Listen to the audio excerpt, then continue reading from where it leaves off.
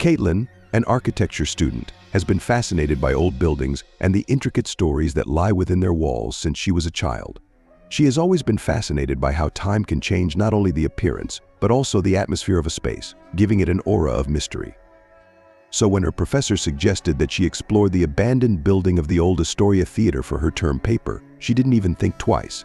Rumors about the Astoria were all over the place: burnt-out sets, actors who had disappeared without a trace, and strange occurrences that even the locals couldn't explain.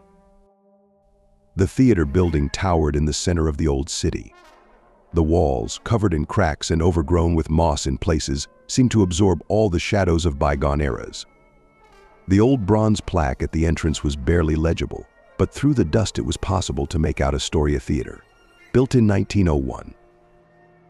As she entered, Caitlin felt the icy cold that filled the corridors. The air was damp and filled with the subtle scent of old wood, soaked in the dust of decades. The half-rotted wings and velvet seats covered in cobwebs created an ominous contrast to the luxury that once reigned here.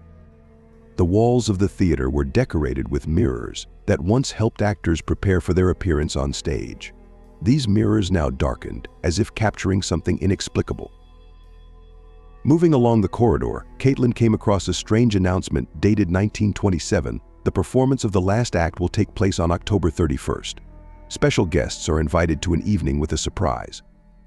Her interest was further fueled by the fact that the date of the performance coincided with the day of the fire, when the theater closed its doors. In the main hall, her attention was drawn to a huge mirror in a gold frame, standing directly in front of the stage. It seemed completely undamaged, as if someone carefully preserved it from the decay of time. Caitlin moved closer to take a closer look, and suddenly it seemed that her reflection was moving slightly, as if it could not keep up with her real movements. For a second, she even thought that the reflection was looking at her with a slight reproach, but she only laughed at her impressionability. As she began to photograph the interior of the theater, she noticed a strange glow coming from the mirror in one of the photos. An ordinary camera would not be able to reflect something like that. As if under hypnosis, she turned to the mirror again and saw how her own reflection began to come to life. It was looking straight at her, slightly turning its head. Caitlin froze, afraid to move. Her reflection was no longer her own. Her features became sharp, her eyes were empty, and her mouth slowly parted, as if it was about to say something.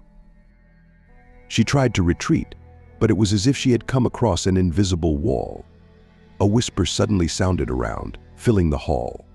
Caitlin noticed silhouettes beginning to appear behind her in the mirror, but when she looked back, there was no one in the room. These figures were dressed in clothes from bygone eras, but their expressions were frozen in horrific grimaces of pain. Among them, she saw an actress in an old-fashioned dress, pointing straight at her.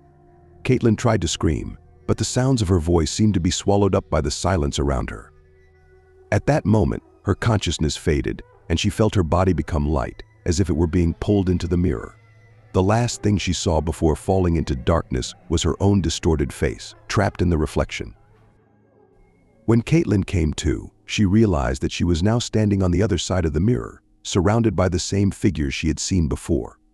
Now she knew their stories and destinies, and they all looked at her with empty eyes, as if she were a new prisoner.